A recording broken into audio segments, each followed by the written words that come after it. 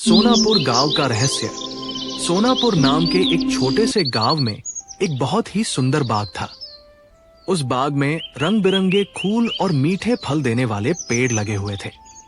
दूर दूर से लोग उस बाग की सुंदरता की चर्चा करते थे, लेकिन गांव का कोई भी व्यक्ति उस बाग में जाने की हिम्मत नहीं करता था। बाग के उस पार एक पुरानी और रहस्यमयी गुफा थी। गांव वालों का मानना था कि गुफा के अंदर से अक्सर किसी औरत की डरावनी आवाज सुनाई देती है। जो भी उस रास्ते से गुजरता उसे आवाजें सुनाई देती और वो डर कर भाग जाता। एक दिन गांव के दो युवक खेत में काम करते हुए बातें कर रहे थे। अरे भाई, कल मैं उस बाग की तरफ गया था, वहां फिर वही डरावनी आवाज सुनाई दी। दूसरा युवक घबराकर बोला, तुम वहां गए ही क्यों थे? सब जानते हैं कि उस गुफा के पास सफेद साड़ी वाली रहस्यमयी औरत रहती है। अगर उसने तुम्हें कुछ कर दिया होता तो? हाँ भाई, अब मैं कभी उधर नहीं जाऊंगा। दोनों युवक डरते हुए अपनी बात खत्म कर देते हैं। उसी गांव में अर्जुन नाम का एक बहादुर लड़का रहता था। जब उसने गांव वालों की बातें सुनी तो उसके मन में जिज्ञासा पैदा हो गई। उसने अपने दोस्त से कहा, मुझे नहीं लगता कि वहां कोई भूत प्रेत है, जरूर कोई रहस्य छिपा हुआ है। उसका दोस्त बोला, अर्जुन, गलती से भी उस गुफा के अंदर मत जाना। पूरा गांव उस जगह से डरता है। लेकिन अर्जुन ने निश्चय कर लिया था कि वह सच का पता लगाकर रहेगा। अगली सुबह अर्जुन घर से निकल गया। उसने अपने माता पिता से कहा, आज मैं उस रहस्य का पता लगाऊंगा जिससे पूरा गांव डरता है। लेकिन वो वापस नहीं लौटा। अगले दिन पूरे गांव में सन्नाटा छा गया। अर्जुन के घर के बाहर लोगों की भीड़ लगी हुई थी। सभी दुखी थे। अर्जुन की मृत्यु हो चुकी थी। उसकी मां रोते हुए कह रही थी, मेरा बेटा बहुत बहादुर था, उसी बहादुरी ने उसे हमसे छीन लिया। गांव वालों ने मान लिया कि गुफा की रहस्यमय ताकत ने अर्जुन की जान ले ली। समय बीतता गया। उसी गांव में गोपाल नाम का एक व्यापारी रहता था। उसकी दो बेटियां थी, काव्या और गौरी। दोनों बहनों को फूलों से बहुत प्रेम था। एक दिन काव्या ने कहा, गौरी, बहुत दिन हो गए, चलो आज उस बाग को देखने चलते हैं। गौरी घबरा गई। तुम्हें पता है ना, बाबूजी हमें वहां जाने से मना करते हैं। काव्या मुस्कुराई, लेकिन क्यों? पूरे गांव में वही सबसे सुंदर जगह है। गौरी बोली, क्योंकि वहां गुफा है और लोग कहते हैं कि वहां सफेद साड़ी वाली एक रहस्यमयी औरत रहती है। काव्या कुछ देर सोचती रही, फिर बोली, अगर सच में वहां कोई रहस्य है तो हमें उसका पता लगाना चाहिए। गौरी डर गई। मुझे तो अर्जुन भैया की याद आ जाती है। उनके साथ जो हुआ उसके बाद तो और भी डर लगता है। लेकिन काव्या का मन नहीं बदला। उसने कहा, अगर वहां कोई सच छिपा है तो उसे जानना जरूरी है। उसी समय उन्हें पता चला कि अगले दिन उनके पिता गोपाल शहर जाने वाले हैं। काव्या के मन में एक योजना आ गई। उसने गौरी से कहा, कल बाबूजी के जाते ही हम दोनों बाग में चलेंगे। गौरी पहले तो मना करती रही, लेकिन आखिरकार अपनी बहन की जिद के आगे मान गई। अगली सुबह गोपाल शहर जाने के लिए तैयार हुए। जाते समय उन्होंने दोनों बेटियों को समझाया, अपना ध्यान रखना और याद रखना, उस बाग की तरफ मत जाना। दोनों बहनों ने सिर हिलाकर हामी भर दी। लेकिन जैसे ही गोपाल गांव से बाहर निकले, काव्या और गौरी चुपचाप बाग की ओर चल पड़ी। रास्ते में एक बुजुर्ग गांव वाले ने उन्हें देख लिया। वह बोला, अरे बेटियों, तुम लोग उस तरफ कहां जा रही हो? काव्या ने जवाब दिया, बस बाग तक जा रहे हैं, थोड़ी देर में वापस आ जाएंगे। बुजुर्ग ने चेतावनी दी, सावधान रहना, उस गुफा के पास अजीब आवाजें सुनाई देती है। दोनों ने सिर हिलाया और आगे बढ़ गई। कुछ दूर चलने के बाद उन्होंने देखा कि दो चोर आपस में बातें कर रहे थे। एक चोर बोला, गांव वाले बेवजह डरते हैं, मुझे लगता है उस गुफा में कोई खजाना छिपा हुआ है। दूसरा बोला, हाँ, आज हम अंदर जाकर देखेंगे। दोनों चोर गुफा की ओर बढ़ने लगे। काव्या और गौरी उत्सुकता से उनके पीछे पीछे चलने लगी। तभी अचानक गुफा के पास सफेद साड़ी पहने एक डरावनी औरत दिखाई दी। उसके हाथ में फलों से भरी एक बड़ी टोकरी थी। वो तेज आवाज में बोली, रुको, तुम लोग कहां जा रहे हो? दोनों चोर डर गए। औरत ने कहा, जो भी इस गुफा में जाता है वह वापस नहीं लौटता, यहां से चले जाओ। उसी समय गुफा के अंदर से एक भारी और रहस्यमयी आवाज गूंजी, मुझे यहां से बाहर निकालो। आवाज सुनते ही दोनों चोर घबराकर भाग गए, लेकिन काव्या वहीं खड़ी रही। उसके मन में डर से ज्यादा जिज्ञासा थी और उसे महसूस हो रहा था कि इस गुफा के अंदर कोई बहुत बड़ा रहस्य छिपा हुआ है। दोनों चोरों के भाग जाने के बाद सफेद साड़ी वाली औरत की नजर काव्या और गौरी पर पड़ी। वो धीरे धीरे उनकी तरफ बढ़ी। उसका चेहरा झुर्रियों से भरा हुआ था और उसकी आंखें अजीब ढंग से चमक रही थी।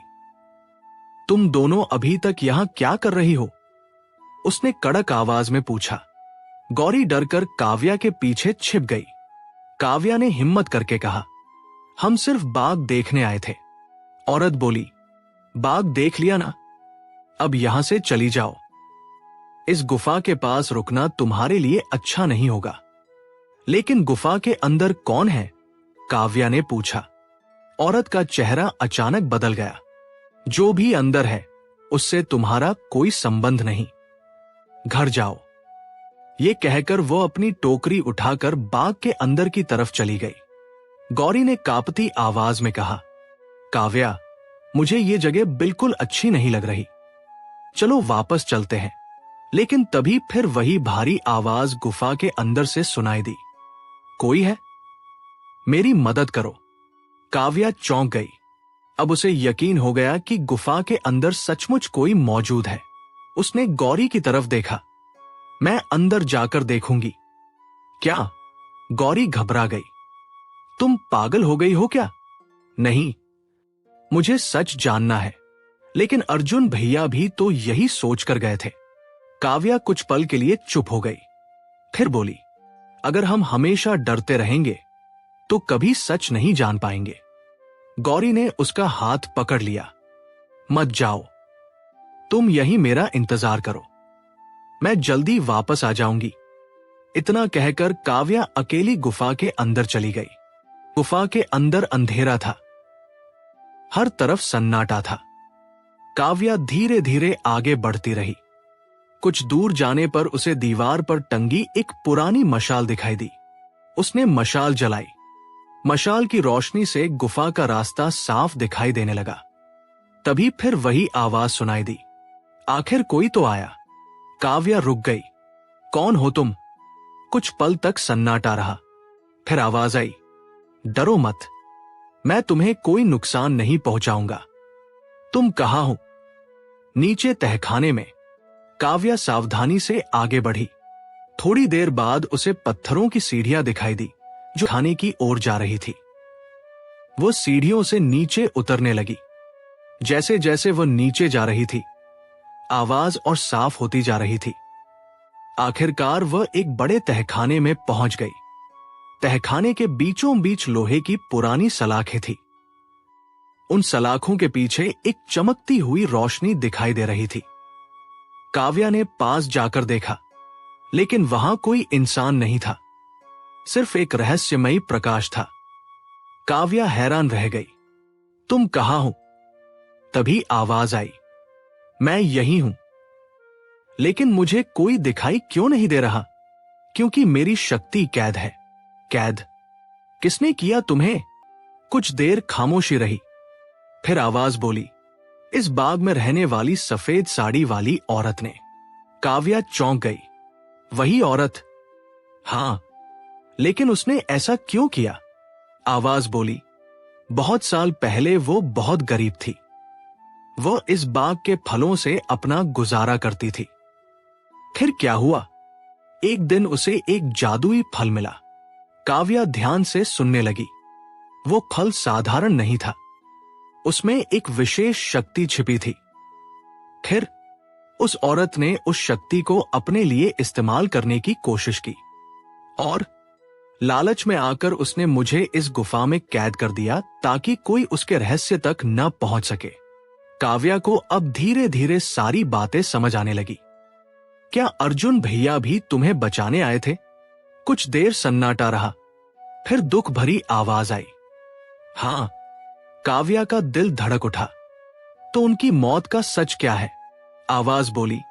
अर्जुन बहादुर था, उसने मेरी मदद करने की कोशिश की थी। फिर लेकिन सफेद साड़ी वाली औरत ने उसे रोक दिया। काव्या की आंखें फैल गई। मतलब गांव वालों ने जो सोचा वो गलत था। हां, अर्जुन की मौत के पीछे वही औरत थी। काव्या को बहुत दुख हुआ। अब उसे समझ आ गया कि गांव वाले इतने सालों से झूठ पर विश्वास करते रहे थे। कुछ देर बाद आवाज फिर बोली, लेकिन अभी भी देर नहीं हुई है। मतलब तुम मेरी मदद कर सकती हो। कैसे? उस सफेद साड़ी वाली औरत की झोपड़ी में एक जादुई फल छिपा हुआ है। काव्या को तुरंत उस फल वाली टोकरी याद आ गई। क्या वही फल? हां, उस फल में मेरी मुक्ति का रहस्य छिपा है।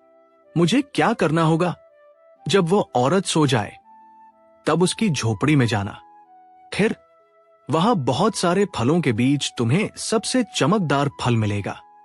उसे लेकर मेरे पास आना, लेकिन सावधान रहना। अगर उसे पता चल गया कि तुम फल लेने आई हो तो वो तुम्हें कभी जाने नहीं देगी। काव्या ने गहरी सांस ली। उसे डर तो लग रहा था, लेकिन अब वो पीछे हटना नहीं चाहती थी। ठीक है, मैं वो फल लेकर आऊंगी। तभी तहखाने में हल्की रोशनी फैल गई और आवाज धीरे से बोली, मुझे विश्वास है तुम सफल होगी। काव्या मशाल लेकर वापस गुफा के बाहर जाने लगी। उसे नहीं पता था कि आगे उसका सामना कितने बड़े खतरे से होने वाला है। काव्या गुफा से बाहर निकली तो देखा कि गौरी अभी भी उसी जगह उसका इंतजार कर रही थी। काव्या, गौरी दौड़कर उसके पास आई। तुम ठीक तो हो? हां, मैं ठीक हूं, काव्या ने कहा। अंदर क्या था? काव्या ने पूरी बात गौरी को बता दी। रहस्यमयी आवाज, अर्जुन की मौत का सच और जादुई फल का रहस्य। गौरी की आंखें डर से बड़ी हो गई। मतलब वो सफेद साड़ी वाली औरत ही सबके पीछे है। हां, और अगर हमें सच सामने लाना है तो वो चमकदार फल लाना होगा। गौरी घबरा कर बोली, ये बहुत खतरनाक है। लेकिन काव्या अपना फैसला कर चुकी थी। शाम होने लगी। दोनों बहनें छिपते छिपाते उस औरत की झोपड़ी के पास पहुंची। झोपड़ी बाग के एक कोने में थी। उसके आसपास बड़े बड़े पेड़ थे जिनकी वजह से वहां हमेशा अंधेरा सा रहता था। दोनों एक झाड़ी के पीछे छिप गई। कुछ देर बाद उन्होंने देखा कि सफेद साड़ी वाली औरत फलों से भरी टोकरी लेकर झोपड़ी में दाखिल हुई। उसने टोकरी मेज पर रखी और फिर चारपाई पर लेट गई। थोड़ी ही देर में वह सो गई। काव्या ने धीरे से कहा, यही मौका है। गौरी ने उसका हाथ पकड़ लिया। सावधान रहना। काव्या चुपचाप झोपड़ी के अंदर घुस गई। झोपड़ी के अंदर तरह तरह के फल रखे हुए थे, कुछ लाल, कुछ पीले, कुछ नीले रंग के। लेकिन उन सबके बीच एक फल सबसे अलग दिखाई दे रहा था। वो हल्की सुनहरी रोशनी से चमक रहा था। काव्या समझ गई, यही वो जादुई फल था। जैसे ही उसने फल उठाया, अचानक पीछे से एक कड़क आवाज गूंजी, रुको। काव्या घबरा गई। सफेद साड़ी वाली औरत जाग चुकी थी। उसकी आंखें गुस्से से लाल हो रही थी। मेरा जादुई फल लेकर कहां जा रही हूं? काव्या ने हिम्मत जुटाई। ये फल तुम्हारा नहीं है। मैं इसका उपयोग करके उस रहस्य को खत्म करूंगी जिससे पूरा गांव डरता है। औरत चीखी, नहीं, मैं ऐसा कभी नहीं होने दूंगी। वो तेजी से काव्या की तरफ बढ़ी। काव्या तुरंत झोपड़ी से बाहर भागी। बाग में तेज दौड़ शुरू हो गई। आगे काव्या थी और पीछे सफेद साड़ी वाली औरत। गौरी भी घबराकर उनके पीछे दौड़ रही थी। काव्या पूरी ताकत से गुफा की तरफ भाग रही थी। उसे सिर्फ एक ही बात याद थी, फल को गुफा तक पहुंचाना है।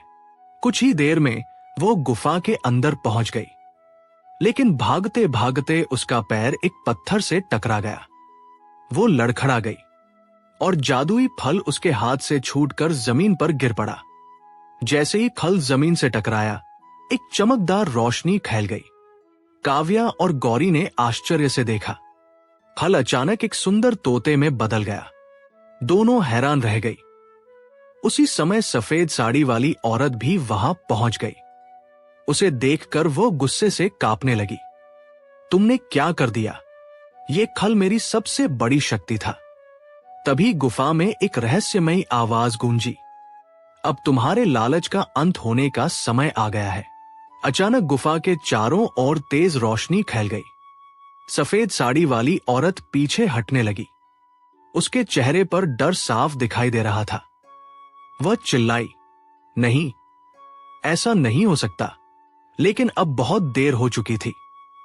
गुफा की जादुई शक्तियां उसके खिलाफ हो चुकी थी।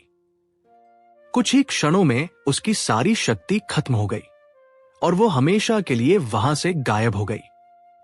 काव्या और गौरी ने राहत की सांस ली। उसी समय वो तोता उड़ने लगा। फिर वो गुफा के अंदर एक संकरे रास्ते की ओर जाने लगा। काव्या को याद आया कि रहस्यमय आवाज ने कहा था, तोता तुम्हारी मदद करेगा। तोता उड़ता हुआ एक चमकती हुई दीवार के पास जाकर बैठ गया। वहां एक छोटी सी चमकदार खिड़की थी। खिड़की से अजीब सी रोशनी बाहर आ रही थी। तोता बोला, बहादुर लड़की, अब तुम्हें आखिरी परीक्षा पूरी करनी होगी। काव्या हैरान रह गई। तुम बोल सकते हो? तोता मुस्कुराया, हां, इस खिड़की को खोलना होगा, लेकिन इसके लिए एक विशेष चाबी चाहिए। वह चाबी कहां मिलेगी? काव्या ने पूछा। तोता बोला, तुम्हें 2 रास्तों में से एक चुनना होगा। पहला रास्ता बाग के गुलाबों की ओर जाता है, दूसरा रास्ता गुफा के सबसे अंधेरे हिस्से की ओर। सही रास्ता चुनोगी तो चाबी मिल जाएगी। गलत रास्ता चुना तो मौका हमेशा के लिए खत्म हो जाएगा। काव्या कुछ पल सोचती रही। फिर उसने अंधेरे रास्ते की ओर देखा। उसे लगा कि रहस्य का जवाब वहीं छिपा है। उसने दृढ़ आवाज में कहा, मैं गुफा वाला रास्ता चुनती हूं। तोता धीरे से बोला, तुम्हारा साहस ही तुम्हारी सबसे बड़ी ताकत है। और फिर काव्या उस अंधेरे रास्ते की ओर बढ़ने लगी। काव्या ने बिना देर किए गुफा के अंधेरे रास्ते की ओर कदम बढ़ा दिए। गौरी भी उसके पीछे पीछे चलने लगी। तोता उड़ता हुआ उनके ऊपर मंडरा रहा था। जैसे जैसे वे आगे बढ़ रही थी, गुफा और भी अंधेरी होती जा रही थी। अचानक काव्या को जमीन पर कुछ चमकता हुआ दिखाई दिया। रुको, वो झुककर देखने लगी। वहां एक चमकदार सिक्का पड़ा था। ये यहां कैसे आया? गौरी ने पूछा। काव्या ने सिक्का उठाया। जैसे ही उसने सिक्का हाथ में लिया, पूरी गुफा रोशनी से भर गई। दोनों बहनें हैरान रह गई। सिक्का हल्की रोशनी छोड़ते हुए आगे बढ़ने लगा, मानो उन्हें किसी दिशा में ले जा रहा हो। लगता है हमें इसके पीछे जाना चाहिए, काव्या बोली।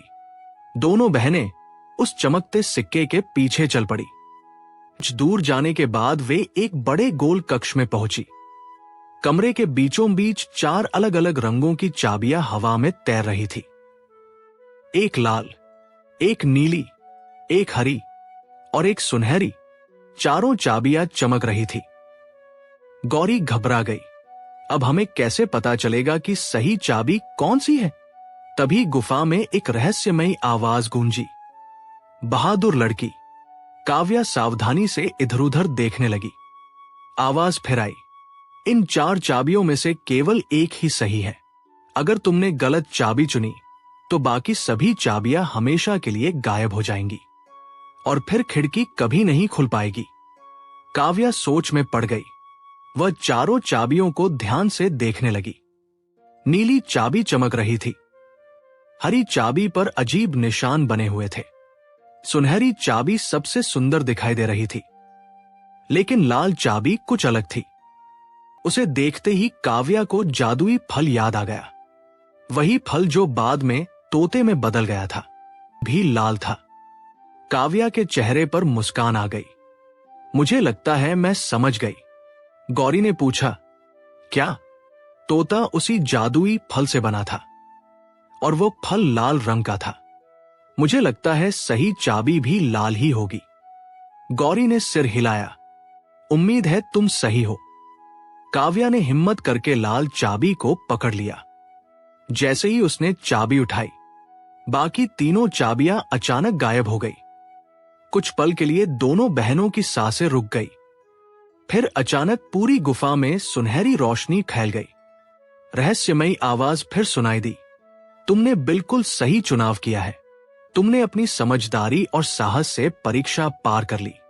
काव्या ने राहत की सांस ली। अब दोनों बहनें वापस उसी चमकदार खिड़की के पास पहुंची। तोता अभी भी वहीं बैठा था। उसे देखकर तोता खुश हो गया। तुम सफल हो गई। कहां? तोता बोला। अब इस खिड़की को खोलो। काव्या धीरे धीरे आगे बढ़ी। उसने चाबी को खिड़की के ताले में लगाया। कुछ क्षणों तक कुछ नहीं हुआ। फिर अचानक ताला चमकने लगा। गुफा की दीवारें कांप उठीं। चारों ओर तेज रोशनी फैल गई और धीरे धीरे वो चमकदार खिड़की खुलने लगी। खिड़की के दूसरी तरफ का दृश्य देखकर काव्या और गौरी की आंखें खुली रह गई। वहां एक अद्भुत दुनिया दिखाई दे रही थी। चारों तरफ रंग बिरंगे फूल खिले हुए थे। सैकड़ों तितलियां उड़ रही थी। हवा में चमकते हुए कण तैर रहे थे और पूरी जगह सुनहरी रोशनी से जगमगा रही थी। गौरी आश्चर्य से बोली, मैंने ऐसी जगह पहले कभी नहीं देखी। तोता धीरे से उड़कर खिड़की के किनारे जा बैठा। फिर उसने काव्या की तरफ देखा। बहादुर लड़की, अब समय आ गया है कि तुम्हें पूरा सच पता चले। काव्या ध्यान से उसकी ओर देखने लगी। तोता मुस्कुराया और अगले ही पल उसके चारों ओर तेज रोशनी फैलने लगी। तोते के चारों ओर फैली रोशनी लगातार तेज होती जा रही थी। काव्या और गौरी आश्चर्य से उसे देख रही थी। कुछ ही क्षणों में वो छोटा सा तोता एक चमक और रहस्यमय स्त्री प्रकट हुई। उसने सफेद वस्त्र पहन रखे थे और उसके चेहरे पर दयालु मुस्कान थी। काव्या और गौरी कुछ पल के लिए हैरान रह गई। आप कौन हैं? काव्या ने पूछा। वो स्त्री मुस्कुराई। मैं इसी बाग और गुफा की रक्षक हूं। बहुत वर्षों पहले मैंने इस जगह की रक्षा करने का वचन लिया था। गौरी ने पूछा, तो आप तोते के रूप में क्यों थी? स्त्री ने उत्तर दिया, क्योंकि लालच और स्वार्थ ने इस जगह की जादुई शक्ति को बांध दिया था। जब तक कोई सच्चे दिल वाला और साहसी व्यक्ति सारी परीक्षाएं पार नहीं करता, तब तक मैं अपने वास्तविक रूप में नहीं आ सकती थी। काव्या समझ गई कि यह सब उसी रहस्य का हिस्सा था। रहस्यमय स्त्री बोली, काव्या, तुमने बहुत बड़ा काम किया है। तुम्हारी वजह से वर्षों पुराना रहस्य समाप्त होने वाला है। लेकिन अभी एक आखिरी कदम बाकी है। काव्या ने पूछा, मुझे क्या करना होगा? रहस्यमय स्त्री मुस्कुराई। अब यह जगह पूरी तरह मुक्त हो चुकी है। सफेद साड़ी वाली लालची औरत की शक्ति हमेशा के लिए समाप्त हो गई है। अब यह बाग फिर से वैसा ही बनेगा जैसा पहले था। काव्या और गौरी खुश हो गई। इतने वर्षों से गांव वाले जिस डर में जी रहे थे, वो आखिरकार खत्म हो चुका था। तभी रहस्यमय स्त्री ने काव्या की ओर देखा। तुमने निस्वार्थ भाव से ये सब किया है, इसलिए मैं तुम्हें एक वरदान देना चाहती हूं। काव्या कुछ देर सोचती रही, फिर बोली, मुझे अपने लिए कुछ नहीं चाहिए। मैं सिर्फ चाहती हूं कि इस बाग के फूल कभी न मुरझाए। ये जगह हमेशा सुंदर बनी रहे ताकि गांव वाले यहां खुशी से आ सके। स्त्री मुस्कुराई। तुम्हारा दिल सचमुच बहुत अच्छा है। तुम्हारी इच्छा पूरी होगी। उसने अपना हाथ उठाया। अचानक बाग की दिशा में सुनहरी रोशनी फैल गई। सैकड़ों फूल एक साथ खिल उठे। पेड़ों पर नए फल आ गए। पूरा बाग पहले से भी अधिक सुंदर हो गया। रहस्यमय स्त्री ने कहा, अब मेरा काम पूरा हो गया है। इस जगह को अब किसी रक्षक की जरूरत नहीं है, क्योंकि अब यहां भय नहीं, केवल खुशियां रहेंगी।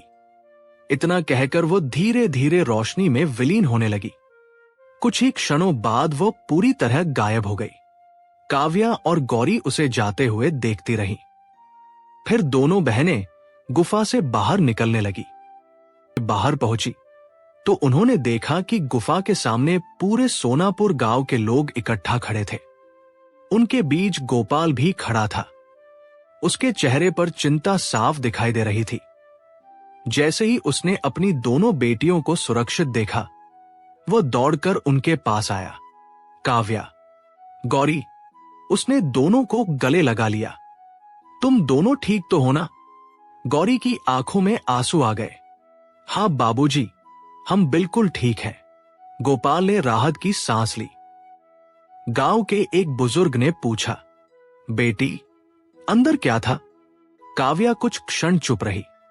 फिर उसने पूरी कहानी सबको बतानी शुरू की।